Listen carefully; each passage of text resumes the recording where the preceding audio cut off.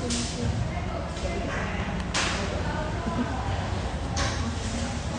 kita sekelas kita ya.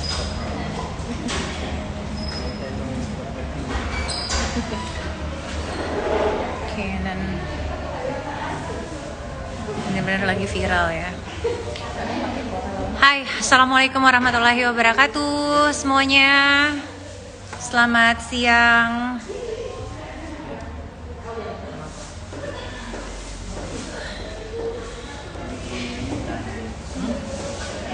Jadi banyak sekali ya yang minta tolong untuk kakak bersuara dong kak tentang Canon, kak bersuara dong kak biar dunia tahu kalau ceritanya nggak seperti itu, bersuara dong kak biar kami nggak makin ditanggapin secara negatif oleh tempat lain. Sebenarnya kemarin saya sudah sempat bersuara juga, cuman mungkin lebih ke bagaimana cara menyikapi cerita tentang Canon ya, tapi bukan ke efek-efek yang akhirnya sekarang ternyata menjadi viral kemana-mana, bahkan juga menjadi program acara podcast ya. Dan memang agak kurang menguntungkan dari versi Aceh itu sendiri. Nah teman-teman, menyikapi tentang Canon, jadi alangkah baiknya jika kita tidak terpaku pada satu persoalan saja, tetapi juga kita melihat dari kedua belah sisi. Jadi nggak cuman one side, kita harus melihat dari segala sisi kenapa sampai ini bisa terjadi. Secara personal, secara kemanusiaan, secara moral, saya juga mengutuk untuk orang-orang yang tidak bisa memperlakukan binatang dengan peri kemanusiaan. Pertama, karena saya juga tergolong animal lover ya, saya sangat menyayangi binatang, terlebih itu anjing. Saya punya banyak banget piaraan dulu, tapi sekarang saya sudah tidak merawat anjing, tapi bukan berarti saya sangat menyukai anjing, kucing dan sejenisnya. Nah, untuk kejadian Canon mati dibunuh itu ya yang benar-benar tersebar dalam masyarakat luas, bahwa Canon mati dibunuh oleh sekelompok yang tersorot adalah pemerintah ya, pemerintah Aceh Singkil. Jadi kita coba memaknai dari dua sisi, nggak cuma terkait dari pemilik anjing, tapi juga dari cerita masyarakat terkait anjing tersebut, juga dari bagaimana dengan pernyataan pemerintah. Jadi kita wajib sebelum membuat suatu kesimpulan, kita wajib memfilter dan mencerna semua informasi, jadi tidak berat sebelah. Ada yang bilang Canon mati karena dibunuh. Ada yang bilang karena caranya agak salah jadi kehabisan napas. Terlepas dari apapun cara matinya si Canon, sebenarnya yang harus kita ambil hikmah adalah bagaimanapun walaupun itu binatang, tidak pantas untuk kita memperlakukan binatang seperti itu walaupun dia binatang sekalipun. Nah terus yang kedua, cara matinya yang sedang menjadi pertanyaan. Kalau misalkan memang dia mati dibunuh, memang itu sangat tidak manusiawi ya untuk perlakuan seorang manusia. Tapi sekiranya juga dia mati karena kehabisan napas, juga mungkin ada cara yang salah. Tapi dibalik itu semua, sebenarnya siapa Canon ini? Canon tetaplah hanya seekor anjing. Seekor anjing yang tentunya, ya anjing pasti tidak memiliki moral ya, tapi anjing tetap baik. Nah, dari laporan beberapa masyarakat setempat bahwa sebelum kejadian ini memang Canon sangat mengganggu dan sudah beberapa korban yang memang sudah digigit oleh Canon.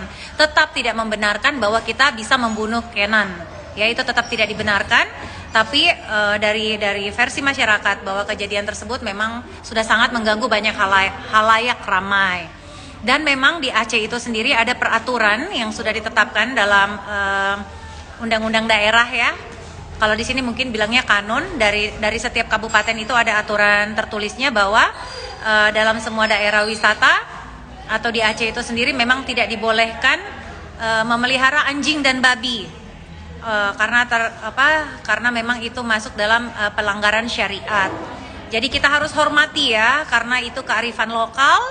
Jadi kita harus menghormati itu. Tapi pada fakta lapangannya tetap tidak ada larangan secara brutal untuk memelihara anjing selama tidak mengganggu kehidupan bermasyarakat. Jadi sebenarnya kalau teman-teman main ke Takengon itu juga banyak sekali anjing-anjing berkeliaran dan itu tidak ada masalah.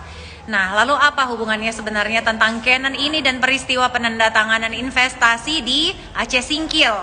Nah, berita Canon ini benar-benar udah merusak image yang untuk mempromosikan Aceh itu sendiri, bahwa ternyata terkesan sekarang bahwa wisata halal yang ada di Aceh itu benar-benar sangat tragis ya, sangat frontal. Nah, teman-teman juga mesti tahu apa sih sebenarnya perbedaan antara wisata halal dan syariat Islam.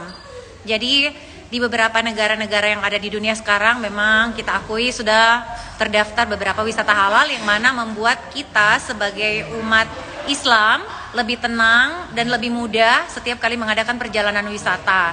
Karena dari situ kita udah bisa menemukan di mana tempat-tempat yang sekiranya sesuai dengan kehalalan yang sudah tercantum dalam agama kita ya. Jadi mudah menemukan tempat makan, mudah mendapatkan toleransi dan segala macam. Nah, berbeda dengan syariat. Kalau syariat adalah aturan dasar yang sudah memang betul-betul ada dalam aturan berbasis dari Al-Quran ya, itu syariat Islam, jadi memang tidak bisa diganggu-gugat.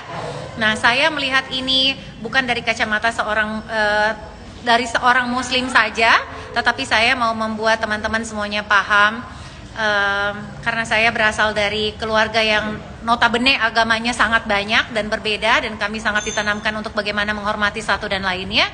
Untuk mami saya sendiri juga beda agama dengan saya, jadi saya bisa, insya Allah saya bisa memberikan penjelasan berdasarkan kacamata dari beberapa pandangan agama. Nah, wisata yang dimaksud dengan wisata halal mungkin lebih bermaksud kepada syariat ya. Saya adalah pendatang di Aceh. Saya pendatang, saya bukan penduduk Aceh, dan saya seringkali bolak-balik ke sini. Teman-teman juga tahu mungkin saya bukan orang Aceh, tepatnya saya orang Manado, Palu ya. Ya, teman-teman bisa tahu lah bagaimana kerasnya juga. Mungkin kalau di Indonesia kehidupan Kristennya lebih keras di Manado, Islamnya lebih keras di Aceh. Tapi saya bisa memastikan dan menjaminkan bahwa kaum minoritas yang ada di Manado, ada yang namanya kampung Arab juga semuanya hidup dengan tenang, begitupun juga yang ada di Aceh. Mungkin teman-teman juga sering lihat setiap hari saya bermain dengan beberapa teman-teman saya dari kaum minoritas, which is itu Chinese, dan semuanya hidup berdampingan dan sangat baik-baik saja yang ada di sini. Jadi saya mohon untuk masyarakat luas se-Indonesia dari Sabang sampai Merauke, peristiwa Canon bukan peristiwa pelanggaran syariat sehingga harus dimatikan. Sama sekali tidak ya teman-teman, sama sekali tidak, saya bisa jamin itu. Dan aturan syariat yang ada di Aceh itu benar-benar berjalan sesuai dengan syariat Islam, yang mana kita diajarkan untuk saling menghormati agama satu dan lainnya, di mana dari zaman Rasulullah kita aja hidup berdampingan dengan Yahudi dan semuanya baik-baik saja.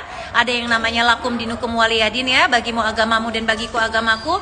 Ayat itu diturunkan oleh Allah untuk mengajarkan kepada kita bahwa setiap orang bebas untuk memilih agamanya masing-masing dan mempertanggungjawabkan perbuatannya masing-masing. Jadi kalau sekiranya dengan peristiwa Canon malah membuat Aceh Singgil dianggap untuk tidak bisa menerima tamu dari agama lain dan terlalu strict dengan agama, bisa saya jaminkan insya Allah perkataan saya ini bisa digarantikan bahwa itu tidak benar sama sekali. Dan saya yang menggaranti ini bukan sebagai penduduk Aceh, tapi sebagai orang yang bolak-balik keluar masuk Aceh. Jadi teman-teman, saya mohon didengarkan dengan bijak dari beberapa arah. Yuk, mulai sekarang masyarakat Aceh tidak sefanatik itu, semuanya ada dasarnya, semuanya ada kanunnya, ada aturannya. Dan datang ke sini sendiri, lihat dengan mata kepala sendiri, dan apakah benar semua yang sudah beredar di luar sana itu tentang Aceh. Jadi tolong untuk peristiwa-peristiwa yang kayak gini itu udah terjadi sejak kapan tahun ya, udah sejak kapan tahun. Dan yuk kita sama-sama, karena Aceh juga merupakan salah satu bagian dari Indonesia, merupakan 0 kilometernya Indonesia, jadi tidak ada bedanya dengan Indonesia yang lain. Yuk kita sama-sama membersihkan, karena busuknya Aceh adalah busuknya negeri kita sendiri, Indonesia. Jadi kita sama-sama membersihkan, kita bantu yang sering banget kena fitnah, yang seakan-akan memang sulit sekali untuk bisa datang ke Aceh terkait dengan segala isu-isu miring yang ada di luar sana. Yuk mulai sekarang kita kerjasama. Kalau teman-teman memang ingin membuktikan bahwa peristiwa ini benar atau tidak, daripada berkuar-kuar di sosial media, yuk datang sendiri dan rasakan bagaimana sih kalau saya jadi pengunjung di Aceh dan bisa melihat bagaimana sikap dari masyarakat setempat dalam menyambut teman-teman semua yang berada dari luar. Ya, semoga apa yang saya katakan ini, saya sedang tidak menjilat ya, tapi saya sedang meluruskan biar kita tidak makin banyak yang menjadi korban juga ya, korban fitnah, juga yang semakin banyak berdosa karena banyak sekali menyebarkan berita-berita yang sebenarnya kita sendiri tidak tahu bagaimana cerita yang sebenarnya. Untuk membuktikan kalau tidak percaya dengan apa yang saya bilang, yuk datang dan main ke Aceh. lihat dan rasakan sendiri. Semoga teman-teman semuanya bisa menyikapi ini dengan baik ya, dicerna dengan baik. Semoga apa yang saya katakan ini bisa membawa pandangan lain, sudut pandang dari membawa pandangan dari sudut pandang yang berbeda. Assalamualaikum warahmatullahi wabarakatuh. Maaf lahir batin jika ada salah-salah kata. Bye-bye.